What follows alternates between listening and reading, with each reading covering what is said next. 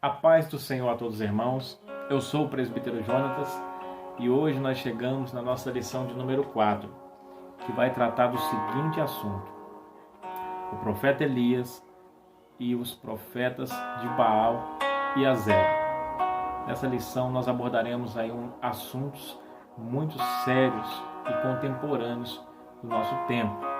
Falaremos aí sobre o porquê desse desafio, como que ele foi feito.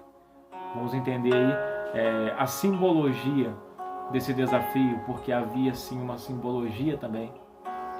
E nós vamos terminar a nossa lição aí falando sobre uma crise o qual o profeta Elias viveu. Ele vivenciou após o desafio do Carmelo. Então agora, sem mais demora, vamos para o corpo da nossa lição.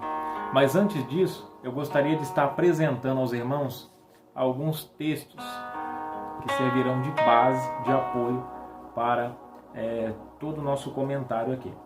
O primeiro texto é o nosso texto áureo, que vai dizer: então caiu o fogo do Senhor e consumiu o holocausto e a lenha e as pedras e o pó e ainda lambeu a água que estava no rego. 1 Reis 18, 38. A verdade prática vai dizer: o Senhor sustenta com sua forte mão todos os que estão dispostos a proclamar a verdade de que Ele é o único Deus digno de adoração. A nossa leitura bíblica em classe é um texto que eu preciso, mesmo que nós não faremos menção no vídeo para não ficar comprido, eu preciso ainda assim apresentar aos irmãos para mostrar a necessidade que se faz de ler esse texto, de meditar nesse texto, tá? Antes mesmo de pegar na revista, antes mesmo de adentrar ali aos comentários do comentarista. Amém?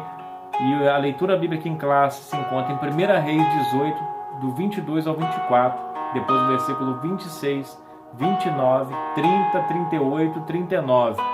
Depois capítulo 19 de 1 Reis, do 8 ao 14. Eu tenho certeza que essa aula irá enriquecer muito a sua vida. E também tenho certeza que o Espírito Santo de Deus há de alimentar a sua alma, há de trazer respostas para o seu coração. Amém? Vamos partir para a nossa introdução. Nós estaremos aí no nosso primeiro tópico com o objetivo de salientar que é necessário e urgente enfrentar o pecado. E aqui nós vamos entender pelo contexto que o pecado que Elias precisava combater era o pecado da idolatria. Todo cristão que está na brecha, todo cristão que está na posição a qual Deus chamou, ele tem a consciência que ele precisa combater o pecado. E o primeiro lugar onde nós precisamos combater o pecado, primeiro é na nossa vida e depois em nossa casa. Somos os responsáveis por combater o pecado dentro da nossa casa. Amém? Então, primeiro tópico aqui. O profeta Elias é um dos mais relevantes personagens da Bíblia. Foi ele que apareceu com Moisés no Monte da Transfiguração conversando com Jesus.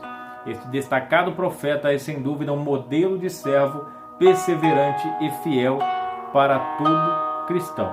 Nessa lição veremos como Elias desafiou corajosamente a idolatria em Israel, como orava de modo simples, mas cheio de confiança, e como, apesar de tudo o que fez, expôs sua humanidade ao cair em desânimo. Então há três coisas aqui, já um breve resumo nessa introdução. Vamos falar sobre esse personagem, a importância e a relevância desse personagem para a história.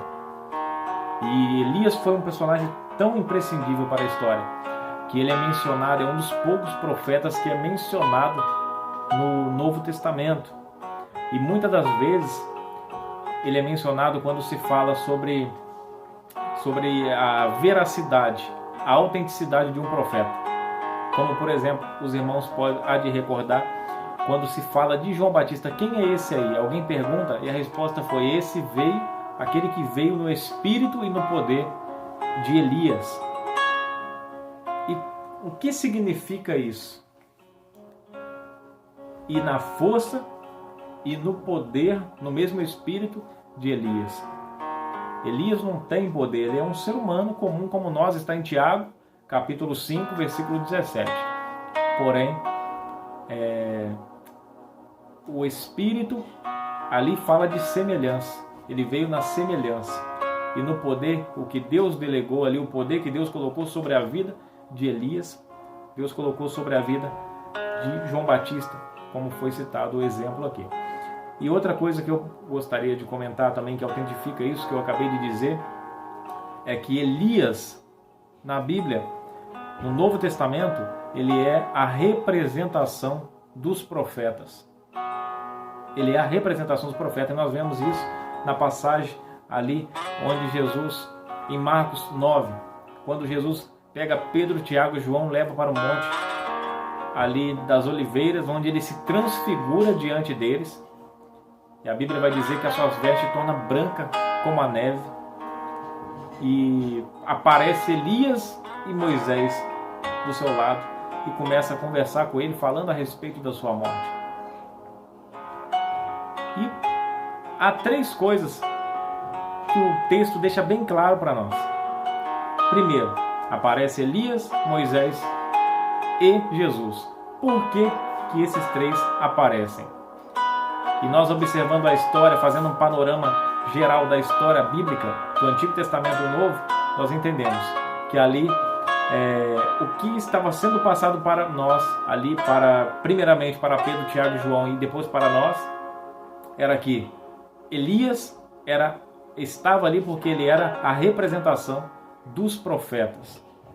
Ele representava os profetas. Quando a Bíblia fala dos profetas, estava colocando ali Elias como representante deles, o representante oficial por Deus ali deles. Quando se fala de Moisés, está falando da representação da lei. A lei foi dada a Moisés, então ele é a representação da lei, é Moisés. Até o próprio Cristo muitas vezes fala sobre isso. E Jesus estava ali representando o quê? Jesus estava representando a graça. E é nesse capítulo onde é demonstrada essa mudança, essa transição da lei para a graça. E você entende isso quando nós percebemos que vem uma nuvem e envolve os três, Pedro, Tiago e João, com os olhos fitos neles. E aquela nuvem envolve eles de uma tal forma, vem uma voz do céu e diz: "Este é o meu filho amado, a ele ouve." E quando aquela nuvem foi embora, Pedro, Tiago e João, olhando para onde estavam os três, permanece apenas Cristo. Apenas Cristo permaneceu. A pergunta é por quê? Era Deus dizendo: passou-se os profetas, passou-se a lei, mas Cristo, Ele é a graça, Ele é maior do que todos eles, Ele é maior do que tudo isso. E nós lendo a carta aos Hebreus, nós vamos entender ali falando sobre a supremacia de Cristo em relação ali aos profetas, a Moisés, a lei, a Josué, etc. Ele vai falando. Então, ali é um texto onde mostra essa transição e também mostra que a representação desses personagens da Bíblia. Amém, irmãos? Então, vamos avançar para o nosso primeiro tópico. Eu pretendo ser objetivo nessa aula, mas eu quero deixar uma palavra aqui,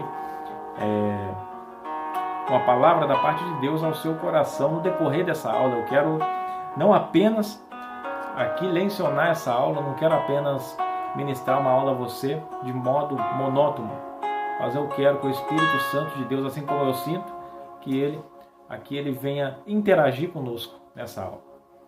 Nosso primeiro tópico: o desafio no Monte Carmelo. O zelo de Elias o pôs diante de um confronto.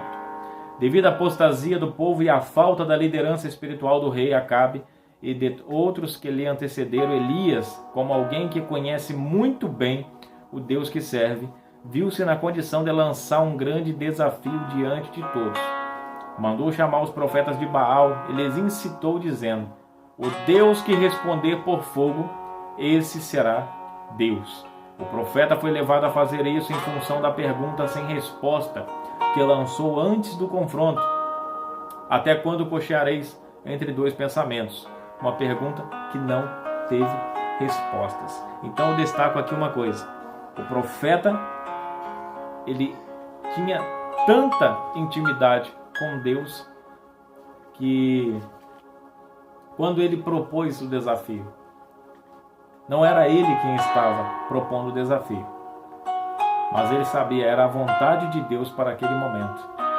Deus não é Deus de confusão, isso está em 1 Coríntios capítulo 14, versículo 33. E muitos ali queriam voltar-se, queriam encontrar o Deus verdadeiro. Porque os irmãos há de se recordar que aqui a ocasião, o contexto aqui é de divisão. E não havia muito tempo passado dessa divisão. Não havia muito tempo passado quando ainda eram as 12 tribos unidas. Então muitos se lembravam ainda do Deus de Israel, da glória derramada ali no templo de Salomão. E muitos queriam voltar, queriam sair daquela prisão a qual os reis ali promoveram sobre a vida deles. Mas como encontrar o Deus verdadeiro? A expressão Baalins, que nós vamos encontrar na Bíblia, significa que não era um Baal, eram muitos Baals. Eram muitos deuses que tinham por ali, falsos, que quando eles saíam de um Deus, esse aqui é falso, né? Eles encontravam outro, batiam de frente com o outro, ali que as pessoas diziam ser esse daqui é o verdadeiro, esse representa Deus, e não tinha representação de Deus. A Arca da Aliança era a representação da presença de Deus, não de Deus. E ela não estava por ali mais. Ela não estava ali naquele momento. Então, Deus, aqui nós vamos até falar na lição, que Deus ele não aceita nada. Nenhuma imagem, nem mesmo que represente Ele mesmo. Ele não aceita. Não precisa de imagem. É somente nós temos a convicção e a fé no nosso coração que Ele está ao nosso lado, que Ele está agindo dentro de nós, e é o que basta para Ele. Lembra quando Ele disse para Tomé: bem-aventurado é aquele que sem ver crê, porque essa é a intenção de Deus. Deus não tem a pretensão de ser igual a todos, até porque Deus está sobremaneira, está não tem comparação. Não tem comparação, acima do trono, acima dos céus. Deus está acima de tudo. Então não tem comparação. Amém, irmãos? Os deuses que estavam reunidos ali eram deuses falsos, que eram impotentes, não tinha poder algum, não podia fazer nada por aquele povo, era apenas uma ilusão. O único poder que eles tinham sobre aquele povo é o poder que o povo dava a eles, acreditando neles e se mantendo em cativeiro por essa crença ali falida, essa crença mentirosa. Então, na verdade, esse desafio, Elias sabia, estava ganho. É um Deus verdadeiro contra um monte de Deus de ilusão, que não existe. Mas Deus fez o desafio, porque Deus queria chamar o povo ao arrependimento. Quando eu disse que Deus ele não é Deus de confusão, Deus ele não pode... ele não mantém, ele não permite que a dúvida permaneça. Aonde tem dúvida, não é Deus. Aonde tem dúvida, o inimigo está agindo. Satanás coloca a dúvida. Então Deus ali nesse momento, ele permite esse duelo, é porque ele queria tirar a dúvida. Ele queria se apresentar novamente, relembrar aquele povo quem era ele. Que ele não precisava ser construído ali em uma imagem colocada, nomeado Deus Javé, não precisava nada disso. Não precisava disso. Apenas crer, apenas lembrar que Ele é o Deus invisível, o eu sou o que sou, aquele que está acima de tudo e acima de todos. Era só isso que Deus queria, que o povo atentasse e lembrasse dos feitos que Ele fez ali no caminho no deserto do Egito para a Canaã, as vitórias que Deus ali derramou sobre a vida deles, a derrubada das muralhas de Jericó, a travessia do mar, tudo que Deus fez.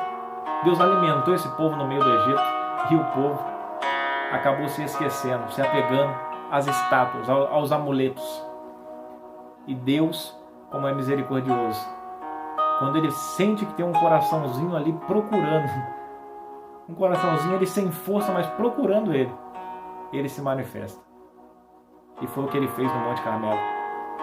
E nós vamos ver pela palavra de Deus como aconteceu esse desafio. Vamos avançar mais um pouco na nossa lição para nós chegarmos nesse ponto. O problema de não saber a quem adorar. Este triste dilema espiritual se fez presente todas as vezes que o povo de Deus se envolve com a idolatria, pois os que adoram ídolos não conseguem enxergar o verdadeiro amor e cuidado divinos, uma vez que, a despeito de terem todas as características de divindade, esses pretensos deuses não passam da ilusão inventada pelo homem. Entretanto, mesmo sendo falsos, esses ídolos exercem muita força e influência sobre o coração do homem, tornando-o tão importante, tão ignorante quanto eles próprios. Então vale destacar que os ídolos não precisam ser necessariamente físicos, pois podem estar camuflados no coração humano, a fim de controlarem as decisões e toda a vida de uma pessoa. Jesus nos alertou sobre isso em Mateus 6:24. Ele vai dizer: não servir a dois senhores, porque ou há de servir a um e desprezar o outro, ou amar a outro e desprezar o outro. Não vai ter como. Não tem como conciliar. E Deus vai dizer que não tem comunhão com ele e Belial. Cristo não tem comunhão nenhuma com Belial. Belial significa indigno. Está fazendo uma referência ao maligno. Não tem comunhão luz trevas. Então ou você escolhe a luz, porque o caminho da idolatria é as trevas. Quando nós colocamos uma imagem ali com um tipo ali de espiritualidade, a fim de espiritualizar, ou a fim ali de adorá-la como Deus, a fazer petições, nós estamos elegendo ela acima de Deus. E isso é completamente fora da palavra de Deus. E mesmo que não eleja ela acima de Deus, mas que crê que ela possa fazer alguma coisa em nosso favor, isso também é idolatria. Então, Deus, ele desde o decálogo, os 10 mandamentos, essa ordem, essa ordenança, ela é objetiva. Não terás falso Deus. Salmos também vai dizer sobre isso. Não tenha Deus de pau. Que a palavra de Deus mostra a ira de Deus sobre essa prática. E nós precisamos combater essas práticas em nosso meio. Porque a tendência é, quanto mais nós permitimos entrar, mais ela se prolifera. E quanto mais se prolifera, mais pessoas são contaminadas com esse vírus da idolatria. E eu vou te provar agora aqui no nosso contexto, trazendo para nós, já contextualizamos aquela situação, agora trazendo para nós que isso também é real dentro das igrejas. Isso também é real. Eu digo dentro da igreja, não igreja é templo, nós, carne, mas também pode. Mas eu vou chegar nesse ponto depois. Estou falando igreja ali, edifício, onde nós se reunimos. Quando nós adoramos um pregador, quando nós veneramos ali um profeta, nós veneramos a espiritualidade de alguém, nós temos um respeito tão elevado por alguém, um respeito acima de Deus, quando nós fazemos distinção. Nós selecionamos, esse aqui sobe para cima, esse aqui desce para baixo. Quando nós escolhemos, por exemplo, nós demos a oportunidade para um irmão simples pregar, num culto, por exemplo, de domingo, mas a igreja está cheia. A igreja está cheia e aparece ali um pregador de renome. Nem avisa o rapaz, pressupondo que ele já tem esse entendimento na mente dele. Vai lá e chama, deixa ele de canto, finge que nem chamou e coloca o homem de renome para pregar. Isso é um tipo de veneração e nós precisamos aniquilar isso das nossas igrejas. O único digno de glória, o único digno de receber toda adoração é o nosso Deus. Louvado seja o nome do Senhor. Então, E também há um Deus. Agora eu vou chegar nessa parte que eu disse que templo nosso, carne. A Bíblia vai dizer sobre o Deus Mamon, que é o Deus das riquezas. É um Deus que nós podemos cultivar dentro de nós. Ninguém está vendo. Aparentemente, podemos aparentar piedade, podemos continuar orando, podemos continuar fazendo a vontade de Deus aparentemente para as pessoas, mas quando toca ali na oferta do Deus que está no coração, quando algo deseja tirar algo dele, na mesma hora não pode contar. Na mesma hora ele não renuncia. Por quê? Porque o Deus dele, o Deus a qual ele adora, ele acha que é Deus. Mas o Deus que está sobre Deus na vida dele é Mamon, é o dinheiro, é a riqueza. E muitos crentes têm caído nesse pecado, nesse erro, nesse engano. E o meu desejo é que essa palavra ela te alcance e que você, em nome do Senhor Jesus Cristo, abra mão desse ídolo hoje. Abra mão desse ídolo hoje. Entenda que dinheiro ele não pode te possuir. Aqui já é uma verdade prática para a nossa vida. O dinheiro não é pecado nós termos o dinheiro. O pecado está em 2 Timóteo, é o amor pelo dinheiro. Amar o dinheiro acima de todas as coisas. Amar o dinheiro acima das pessoas. Isso é pecado. Então podemos concluir que não é pecado ter dinheiro. O pecado é o dinheiro nos ter. O pecado não é ter dinheiro. O pecado é entronizar o dinheiro no coração. Eleger um trono para ele aqui. De forma que ele comanda a sua vida. Ele governa a sua vida. Basta colocar ali 2 notinhas. Basta você ganhar algo a mais que você já negocia qualquer coisa. Então, em nome de Jesus, abra a mão desse ídolo. Escolha estar com Cristo. Lembre das palavras de Cristo. Não ajunteis tesouro na terra, onde a traça e a ferrugem consomem, mas ajunteis tesouro no céu, onde a traça e a ferrugem não consomem. A maior riqueza que nós temos é o nosso nome escrito no livro da vida. Amém, irmãos? Então já podemos avançar. Terceiro subtópico: o desafio do fogo. Elias tinha certeza de que Deus era com ele e por isso propôs o desafio. O Deus que respondesse com fogo deveria ser adorado. Os que andam com Deus não precisam desafiá-lo para testarem sua lealdade e seu amor. Tais pessoas são tão íntimas de Deus que são impelidas, guiadas, conduzidas em seu coração para aquilo que o Senhor quer fazer. E aqui nós vemos uma verdade muito interessante.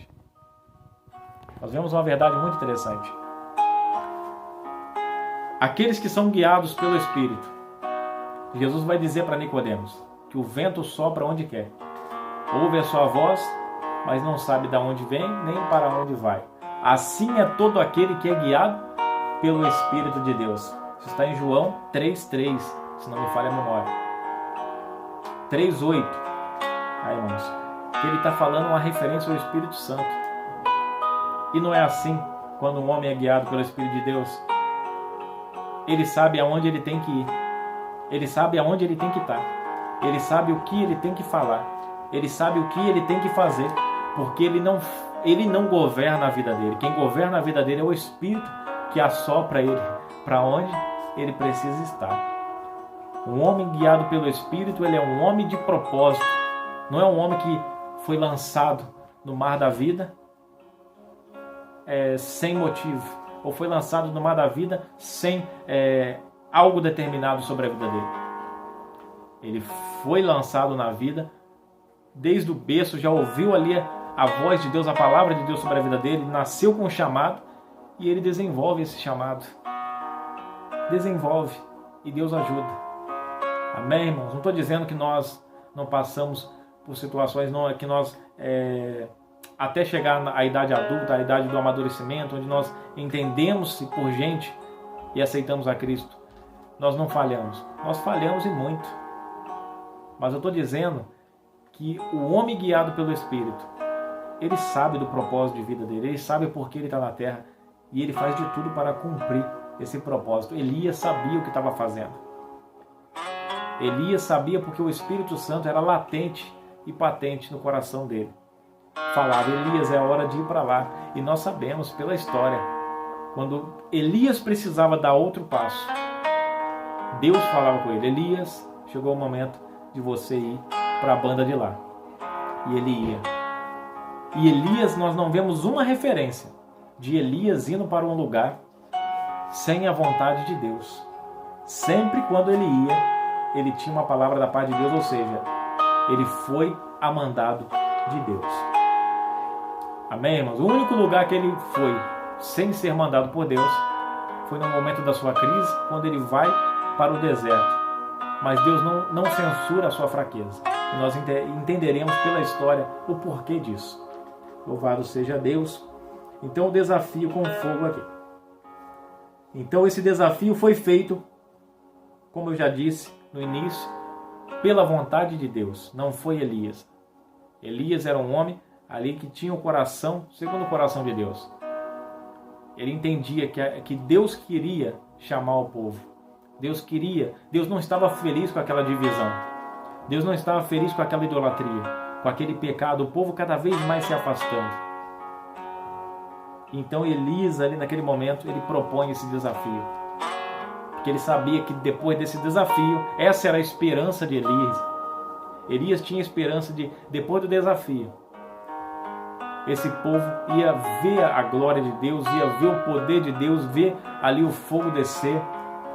Todos iam contemplar a majestade do Senhor, iam se prostrar diante dele e iam depois daquele dia determinar: agora nós servimos somente a Javé, o Deus verdadeiro, o Deus que nos tirou da terra do Egito, o Deus de Isaac, Abraão e Jacó.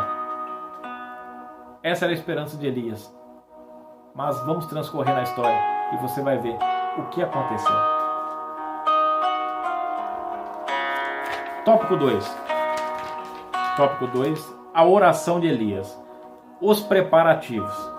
Diante da impossibilidade de resposta de Baal aos apelos de seus adoradores, Elias começou os preparativos para a operação do milagre. 1 Reis 18, 23. A primeira coisa que fez foi reparar o altar do Senhor, que estava quebrado, consequência imediata da idolatria. 1 Reis 18, 30.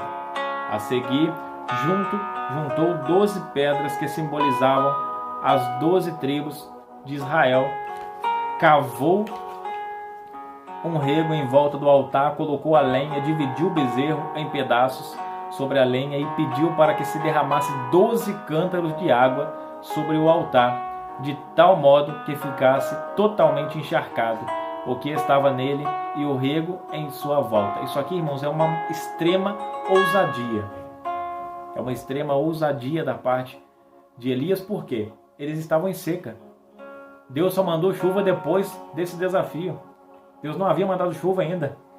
E da onde esse homem arrancou 12 ali cântaros de água? Se não foi da cidade, da redondeza onde ele estava, ele pega ali o pouco de água que ainda tinha. Porque ele sabia também que a chuva viria, mas isso aqui é uma ousadia. Ele ofertou tudo a Deus, porque ele cria que Deus iria mandar fogo do céu. Mas vamos aos preparativos para você entender aqui algo muito interessante. Elias estava diante. Vamos desenhar o cenário. Elias estava no Monte Carmelo, um monte alto, ali pedregoso, e ali nós vamos imaginar aqui Elias em um altar, e ele permite ali os profetas de Baal e Azera, que eram 800 somado os dois, eram 850 profetas, falsos profetas, que estavam ali. 400 de Azera e 450 de Baal, tá bom? De Azera você vai encontrar poste sagrado. Perdoe, tem hora que trava, mas é assim mesmo. Poste sagrado, que nós vamos ver. Poste ídolo, que você vai encontrar muitas das vezes quando fala-se de Azera. Mas enfim, havia 850 pessoas ali. fora aqueles que foram atraídos pela movimentação para ver. E isso tudo foi proposital, para que Deus manifestasse a glória e todos fossem atraídos até ele. E Elias manda eles, pode dividir o bezerro. Ele dá as regras, a sentença, como que seria. Vai lá, divide em pedaços, coloca sobre o altar e invoca a Baal e a Zera, para ele mandar fogo do céu. Se ele mandar, ele é Deus. Mas se ele não mandar, e o meu Deus Javé mandar, ele é Deus e ele será adorado. E os irmãos conhecem a história. Aquele povo até o meio-dia clama. Até o meio-dia aquele povo clama. E clama muito. Clama com palavras. E quando perceberam que as palavras não eram suficientes, a Bíblia vai dizer que eles começam, o desespero era tão grande que eles começaram a se autoflagelar, começaram a se espancar, se esmurrar, pedindo para Baal mandar fogo do céu. E a Bíblia diz que esgotaram as suas forças, se machucaram, sangue verteu, mas ele não responde, porque nós sabemos, ídolo não responde. Aquilo ali, esse desafio proposto ali por Elias e pela intenção de Deus também, era para mostrar justamente para eles também isso, que ídolo não responde. Baal não tinha poder nenhum sobre eles. Aqui já era uma resposta para eles. Só essa falta de resposta de Baal e Azera já mostrava para eles que eles eram falsos. Já era para eles abandonar esse caminho. Mas aí vem Elias.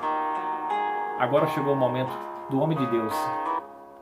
E nós vemos que Elias ali, ele prepara o altar. Ele coloca 12 pedras. E eu gostaria de chamar a sua atenção para essas 12 pedras. Por quê? Porque ali só tinham 10 tribos diante dele. As 10 tribos estavam ali. Lembrando as 10 tribos do norte. Então ele estava diante dessas 10 tribos. Ali que mais se infiltraram na idolatria. Porque Judá tinha as duas tribos. Ali estava a maioria. E foi as tribos que mais foram afetadas pela idolatria, pelos prejuízos que ela trouxe a eles. E agora olhando ali para essas 12 pedras, essa simbologia. Por que 12? Por que precisava estar no altar? Por que precisava fazer parte desse momento? Porque quando o povo de Israel via 12, o número 12, eles já se relembravam na hora, eles já lembravam na hora do chamamento de Jacó. Eles já lembravam na hora da sua descendência. Eles já lembravam na hora da origem deles. E aquilo já era para mostrar a origem deles. O Deus das 12 tribos é o Deus que ia manifestar a sua glória, que ia mandar fogo do céu naquele momento. E ele coloca as 12 pedras naquele lugar.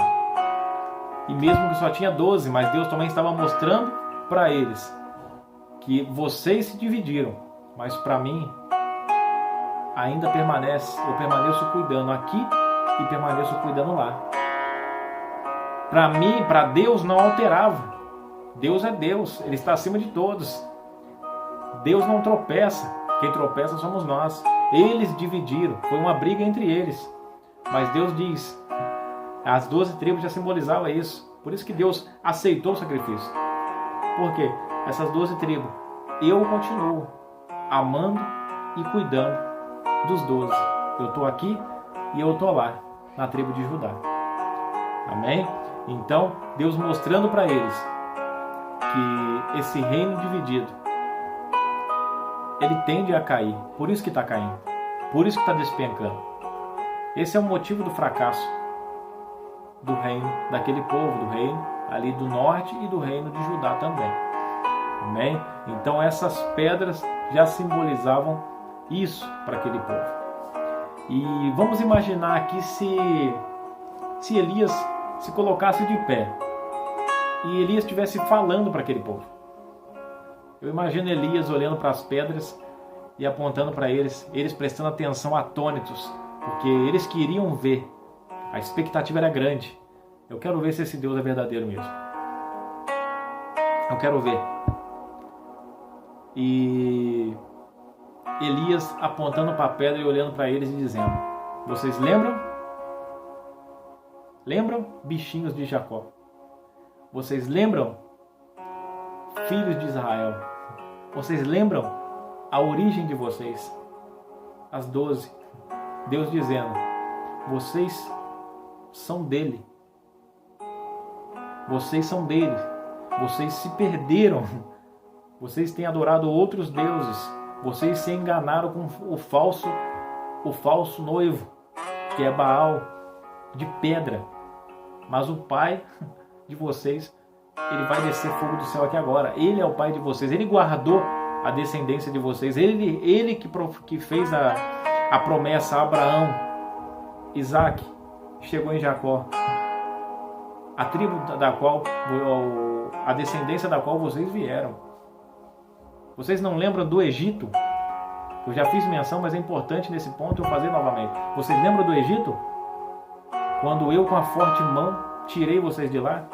As 12 pedras lembravam eles de tudo isso.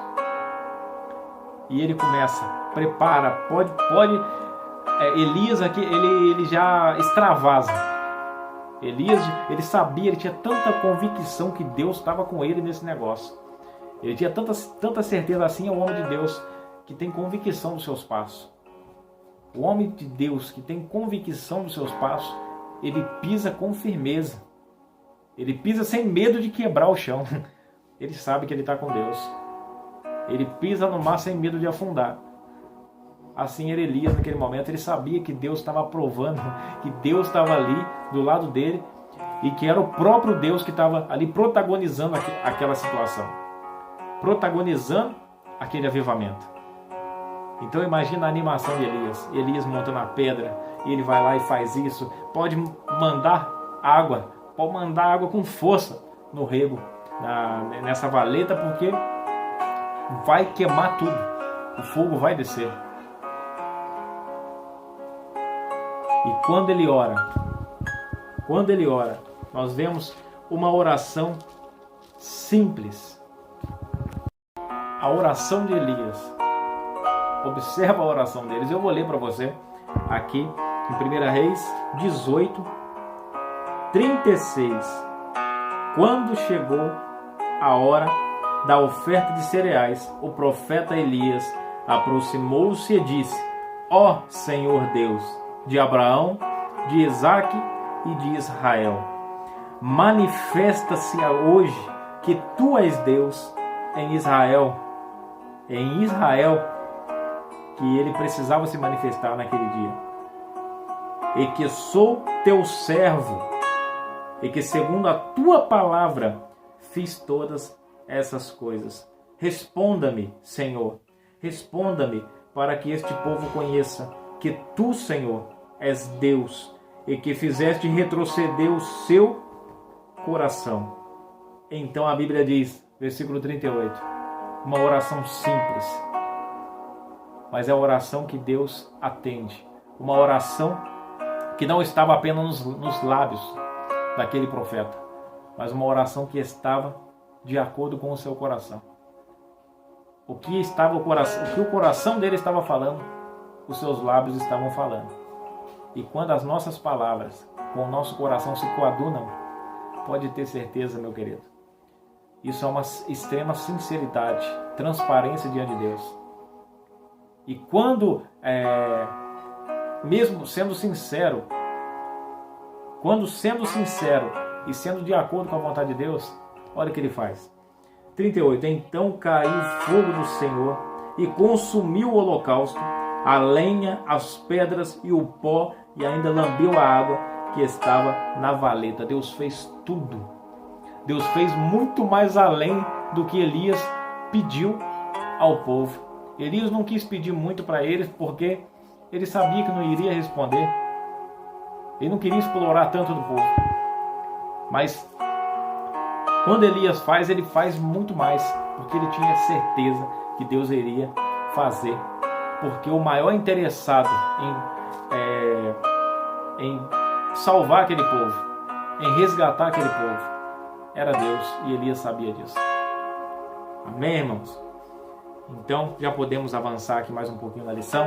Uma informação importante: quem era Baal e Acera? Esse Deus falso, era um Deus cananeu, tá? É um Deus ali adorado em Canaã, em Jericó, por exemplo, ali em Canaã, ele era adorado. Ofereciam-se crianças a ele, né, bebês como oferta de sacrifício. Então era um ídolo que promovia muitas mortes aonde ele estava, onde ele era adorado. Amém? Então ele era conhecido como Deus da fertilidade. Desculpa. Deus da fertilidade. O Deus que fazia produzir erva do campo. O Deus que fazia a terra florescer. O Deus que fazia a mulher dar luz. E também uma conotação direta ao sexo cultual também. Esse Deus, esse ídolo criado por eles, era adorado ali com o sexo cultual, tá bom? Acera e Baal. Então, conhecido também como Deus que controlava as estações, que controlava a chuva, que controlava o tempo. E nós vamos ver que por isso, aí nós entendemos o porquê de Deus ter permitido a seca. Ele permite a seca para eles verem aí a impotência de Baal diante da seca, diante da chuva, a impotência dele diante de tudo isso. E depois ele manda a chuva, mostrando: só eu tenho autoridade, fui eu quem criei, só eu tenho autoridade. Amém? Então já podemos avançar agora para o nosso terceiro ponto da nossa lição.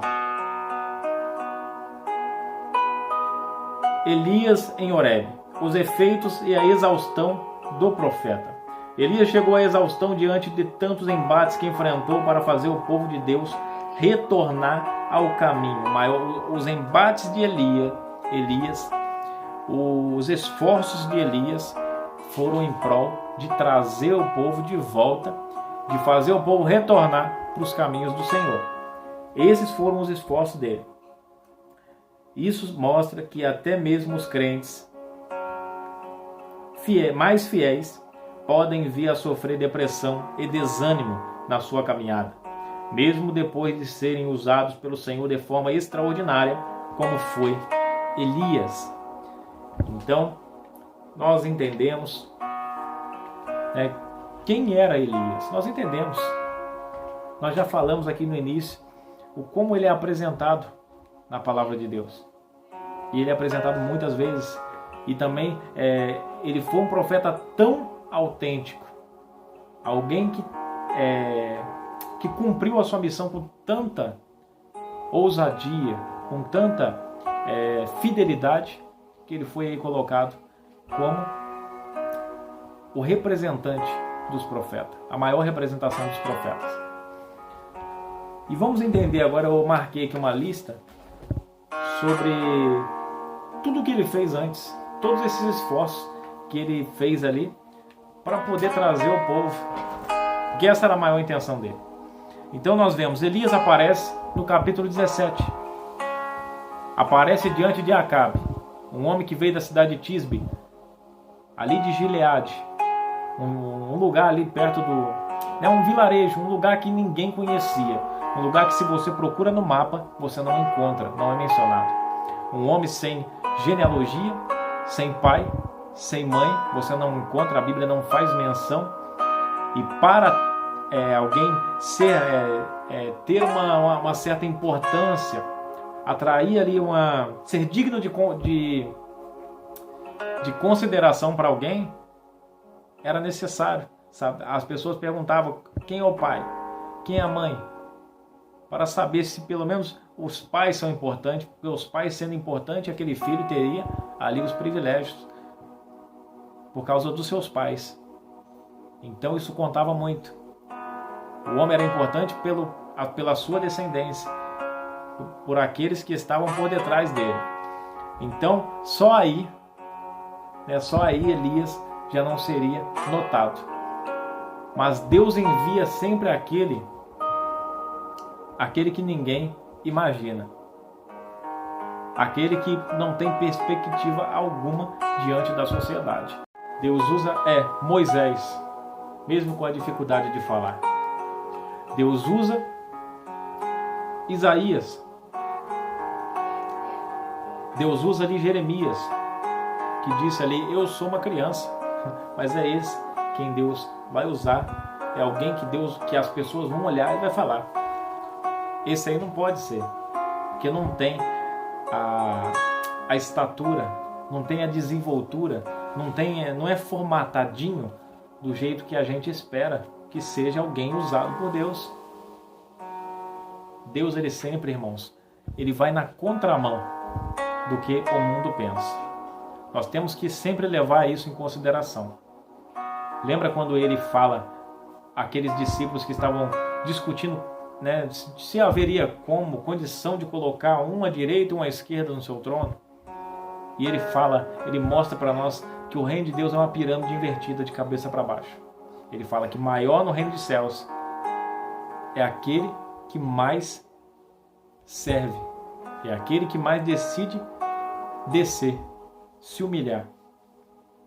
Então o reino de Deus é diferenciado e nós precisamos levar isso em consideração.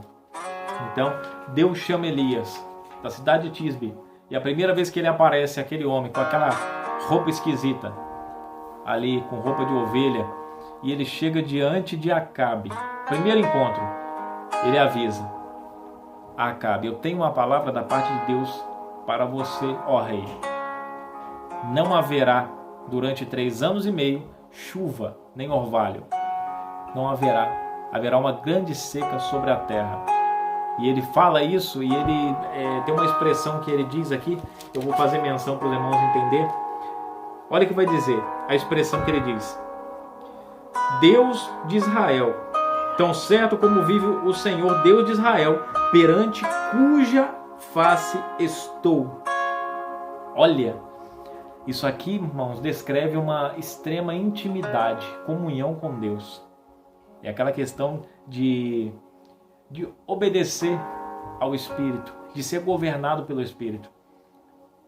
Ele fala: Acabe, você não vê o Senhor, você me vê. Esquisitinho do jeito que eu sou, com as roupinhas estranhas, igual você não está acostumado a ver. Alguém que veio de um lugar que você não conhece, você não sabe meu pai, nem o nome da minha mãe, você não sabe. Mas deixa eu te dizer uma coisa.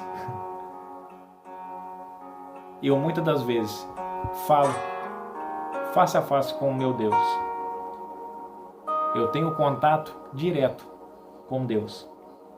Ele fala comigo e ele mandou eu te dar esse recado.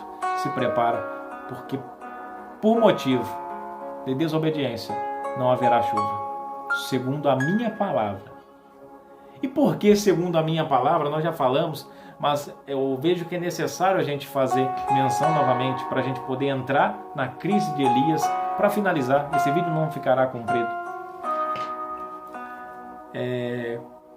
Eu me perguntei por quê. Quando você lê 1 Reis 17, você se pergunta: peraí, segundo a minha palavra, como assim? Sendo que o poder não está no profeta, mas o poder está sobre Deus e sobre a mensagem que o profeta carrega. Por quê? Essa palavra será que foi de Elias? E quando nós lemos Tiago, capítulo 5, versículo 17, está a explicação do que aconteceu antes de Elias chegar diante ali de Acabe, e depois vai mostrar o que acontece depois da seca. Olha que coisa interessante.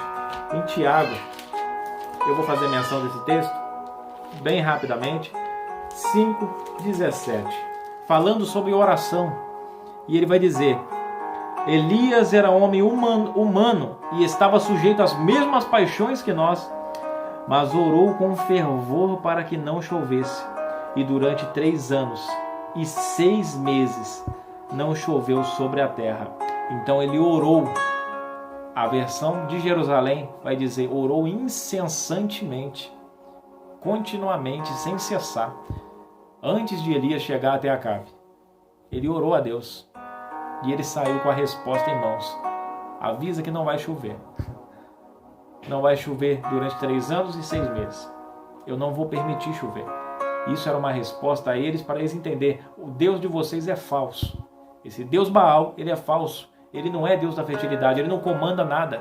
Ele não comanda o vento, ele não comanda o mar, ele não comanda a natureza. Quem comanda sou eu. E eu vou provar isso. Eu determino se vai chover ou não vai. Então isso era uma resposta direta, uma afronta ao povo. Era uma afronta ali àqueles que acreditavam, os profetas de Baal. Amém? Então, aqui deixa bem claro, ele ora primeiro para chover, ele ora incessantemente para chover, tá bom? E pelo texto nós entendemos que Elias, ele fala primeiro, tamanha era a intimidade que ele tinha com Deus. Primeiro ele fala a Acabe que iria vir chuva, para depois orar. E ele ora pedindo chuva, incessantemente. E depois a Bíblia vai dizer que ele ora novamente, incessantemente, com o mesmo fervor, para que Deus mande chuva novamente sobre a terra, quando estava se aproximando dos 3 anos e 6 meses. E assim Deus fez, Deus mandou chuva. Então aí nós entendemos, a Bíblia se autoexplica. Não foi Elias, nem a palavra de Elias, foi a comunhão de Elias com Deus, o entendimento ali, a compreensão da vontade divina para aquele tempo, e também a vida de oração daquele homem. Então você quer ter êxito no seu ministério? Você quer que a palavra de Deus se cumpra na sua boca? Simples. Tenha comunhão com Deus. Eu preciso ter mais comunhão com Deus. Você precisa ter mais comunhão com Deus. E assim, profetiza. E depois tem mais um ingrediente. Ore incessantemente. Incessantemente. Porque se isso for da vontade de Deus, irá acontecer. Você pode ter certeza. Então, avançando agora, Elias aparece, frisando agora os esforços que Elias teve antes de cair em crise. Primeiro, aparece e profetiza a grande seca. É a primeira referência que se faz a Elias. Depois disso, a palavra de Deus vem a ele e já vem uma pequena crise que ele tem que passar, tem que enfrentar. A crise da solidão.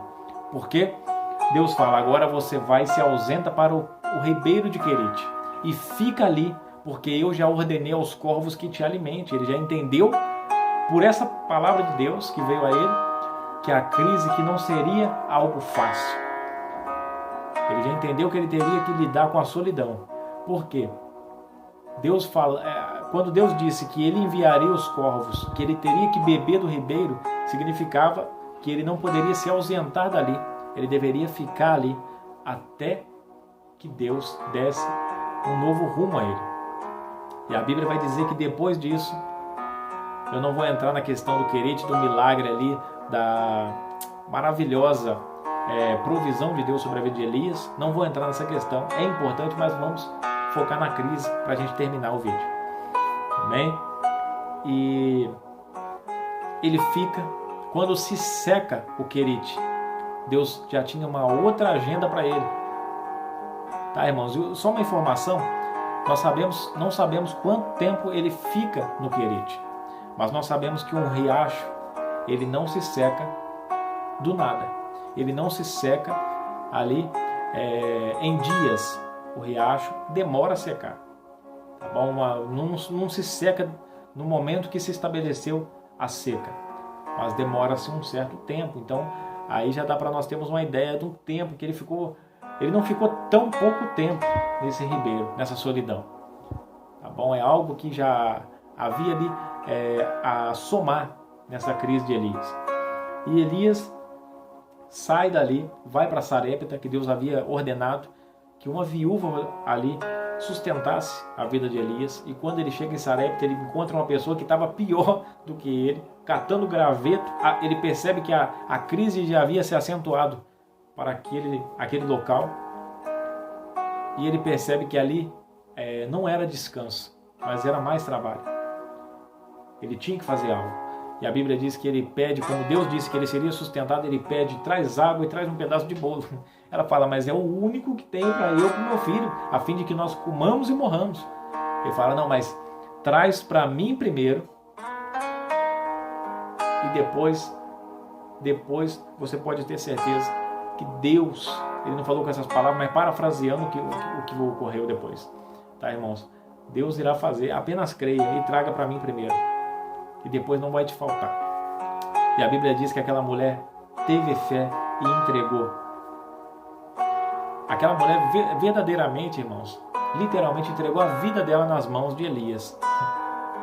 Mas ela entregou na mão da pessoa certa, do homem de Deus. E quando ela entrega, ele lança a palavra, pois assim diz o Senhor Jeová. Ele diz: Deus de Israel, a farinha da panela não se acabará, e o azeite da botija não faltará, até o dia em que o Senhor dê chuva sobre Israel. Também não é o foco esse milagre, mas é um milagre grandioso, gracioso de Deus sobre a vida daquela mulher. E é algo maravilhoso que Deus fez através da vida de Elias também. Mas que não é o alvo, aqui não é o foco da nossa lição, então vamos continuar avançando. Eu quero frisar no trabalho, na caminhada desse homem. Então ele passa por Sarepta, fica ali um determinado tempo, o filho da viúva morre, ele ora para que Deus ressuscite aquele jovem. A Bíblia diz que ele ressuscita ali na autoridade do nome do Senhor, pela vida de Elias. Deus ouve a oração de Elias e aquele menino ressuscita. E dado o tempo, ali, a Bíblia diz, passado alguns dias, a palavra do Senhor veio a Elias, dizendo: vai e se apresenta diante de Acabe, e darei chuva sobre a terra. E essa expressão é uma expressão marcante, porque ela é feita de uma forma, de uma resposta a um pedido.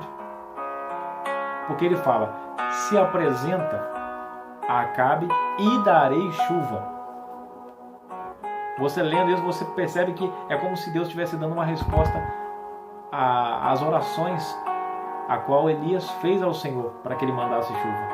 Porque em Tiago fala que ele orou incessantemente, com o mesmo fervor, para que Deus mandasse chuva novamente e acabasse com a seca.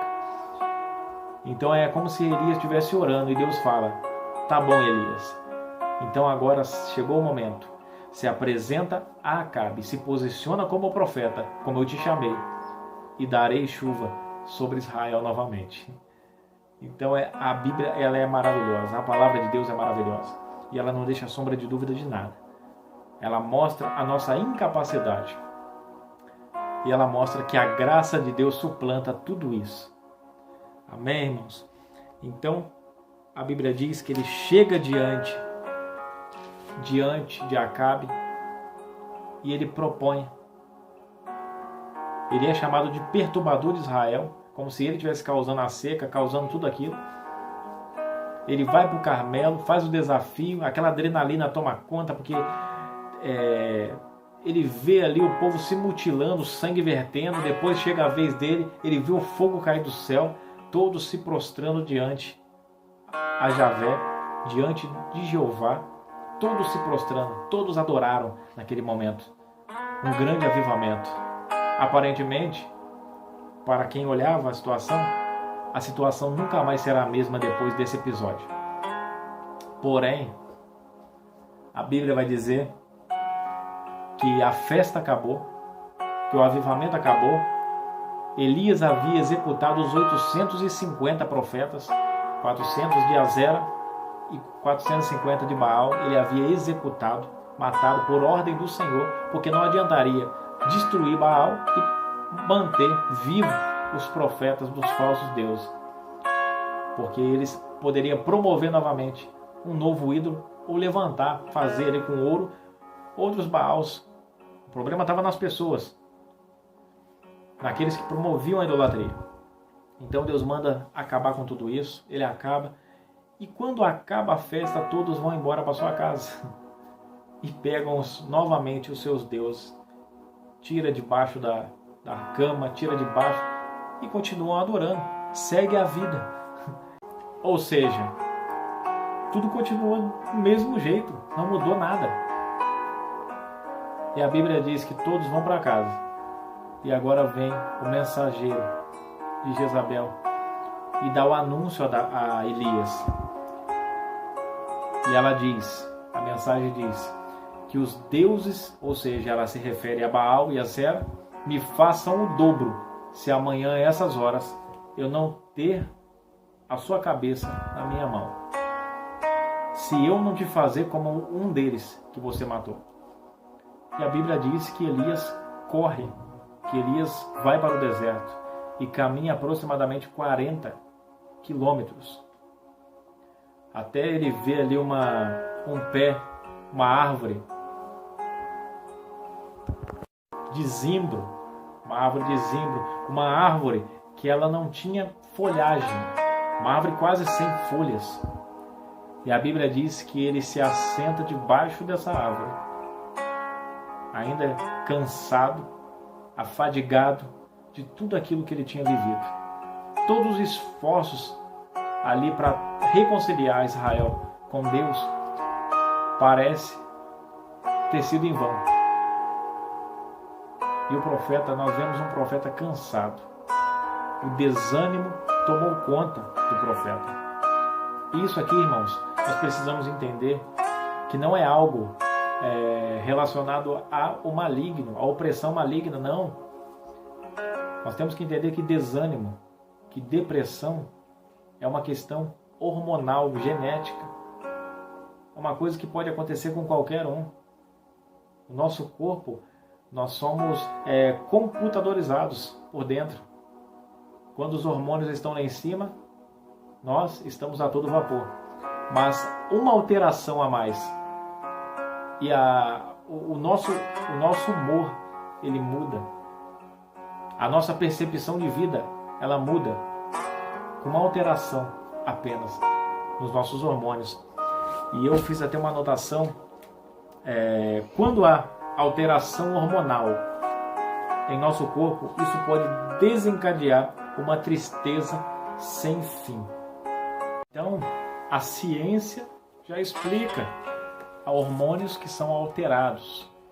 E eu selecionei alguns aqui para poder passar para os irmãos, a fim apenas de demonstrar que isso de fato existe, está em nós, mesmo que nós não temos assim o entendimento, o conhecimento exato, né? Nenhum de nós somos cientistas, nós apenas vivemos.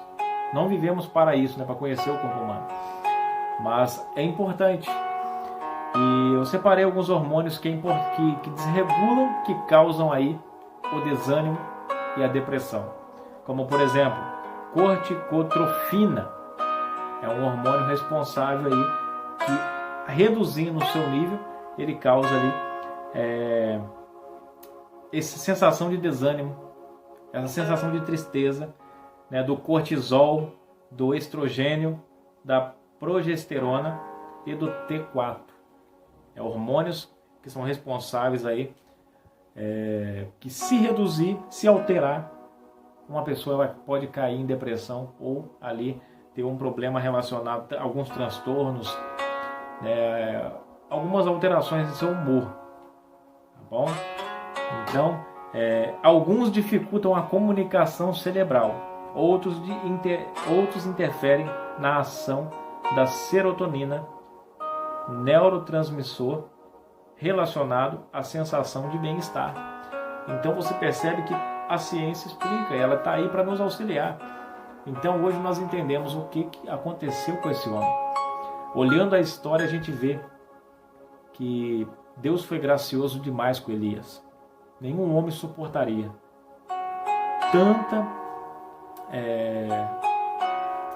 receber tantas coisas acontecendo de forma negativa ao mesmo tempo. Tantas respostas negativas ao mesmo tempo. Em tudo que ele fazia, ele recebia uma resposta negativa. Ele queria ver o povo até Deus, mas o povo ia ao contrário daquilo que ele queria. Então esse profeta cai em crise. E nós vemos aqui que nós vemos a expressão quando ele pede a morte, mostra uma depressão ali profunda. Mostra algo muito real que estava acontecendo com esse profeta, que era uma crise existencial ali real que estava acontecendo naquele momento. Era como se Elias vivesse pelo propósito de Deus. E quando ele vê que o propósito não adianta, não cumpriu, vem essa canseira, esse cansaço, esse desânimo. E ele desfalece. Ele fala: Senhor, basta. Eu não sou melhor do que os meus pais, ou não sou melhor do que os meus antepassados. Então, nesse momento, o que eu acho interessante, e aqui eu finalizo, é que Deus não censura Elias nesse momento de crise. Nesse momento, Deus entende a crise de Elias. Deus reconhece que nós somos seres humanos. Davi vai dizer nos Salmos que Deus olha para nós e reconhece que nós somos pó. Então Deus, quando se aproxima de Elias, Deus entende que ele estava passando por esse processo. Ali os hormônios caíram. Ele estava frustrado por tudo que aconteceu. Nada deu certo. Parece que tudo foi em vão. E o seu ânimo cai. Isso acontece com a gente. Isso acontece conosco, com você que está me ouvindo. Isso acontece com você. Acontece comigo. Muitas das vezes, às vezes nós suamos a camisa. Trabalhamos. Passamos noites, às vezes, em claros, aí estudando, se dedicando, né, buscando ser alguém melhor. Infelizmente, nós recebemos não, muitas das vezes. Muitas das vezes parece ter sido em vão. Não somos enxergados. Parece ter sido em vão, mas não foi. E Deus valorizou tudo o que ele fez. E é por isso que, quando esse homem ele dorme, Deus não acorda. Deus não censura. Deus não fala: vamos lá, rapaz, acorda, que tem muito trabalho pela frente, você não fez nada. Está de frescura? Não. Como muitos fazem hoje. Deus entende a crise de Elias. São poucas as expressões onde um anjo toca em um homem, para você ver como que Deus valoriza esse tempo, como que Deus se preocupa com esse tempo, como que Deus cuida de nós nesse tempo de crise. E o anjo toca em Elias a primeira vez e fala, e já tinha um pão cozido e tinha água. Fala: Elias, tem pão? Come, levanta e come. E ele estava, a crise dele era tão intensa que ele quase nem percebe a presença do anjo que estava do lado dele. Algo que não era normal acontecer. O anjo estava ali e ele não percebe. Ele come e a frustração dele era tamanha que ele dormiu mais. E o anjo entende, vai e volta de novo e dá alimento e fala: agora você não vai dormir de novo. Levanta, porque longo te será o caminho. E eu acho isso muito interessante. Porque Deus sabe da nossa limitação. E quando nós estamos enfrentando alguns processos, algumas crises que Deus sabe que não tem como caminhar com ela, Deus ele nos ampara de um jeito sobrenatural. Como quando o salmista Davi diz lá: Deus é o meu refúgio e fortaleza, ele experimentou isso. E eu sei que você também experimentou isso, esse refúgio, no dia da angústia. Você sabia disso? É um dado científico. Por que o anjo deixa ele dormir? Porque quando nós estamos angustiados, o nosso corpo, ele percebe que não há ali aquela sensação de bem-estar, não está em nós. Significa que há hormônios que precisam ser recompostos. E esses hormônios são recompostos enquanto você dorme, através do sono. E é por isso que o anjo entende a limitação natural física do homem e ele deixa ele dormir. E quando Elias levanta, ele levanta um outro homem. Ele levanta pronto para caminhar, ele levanta pronto para ir adiante. Há um relato ali que não é mencionado nos 3 evangelhos, de Mateus, Marcos, ali de João, mas é mencionado em Lucas. Lucas era médico. O episódio quando Jesus está no Getsêmani e ele pega os discípulos, o qual ele tinha levado para orar, dormindo. E Lucas é o único que fala, ele faz a menção: dormiam de angústia, porque a angústia faz dormir, dá sono. E isso é porque o corpo nosso, ele entende que é o momento onde nós precisamos se recompor como pessoa. Então, quer um detalhe, quer uma dica para você? Às vezes é necessário você se afastar um pouco. Às vezes é necessário você se esconder um pouquinho. Deus não te censura por isso.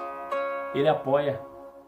Se está cansado, se está fadigado, se não está aguentando a pressão, dá um tempo, coloca outra pessoa no lugar, vai para o teu quarto,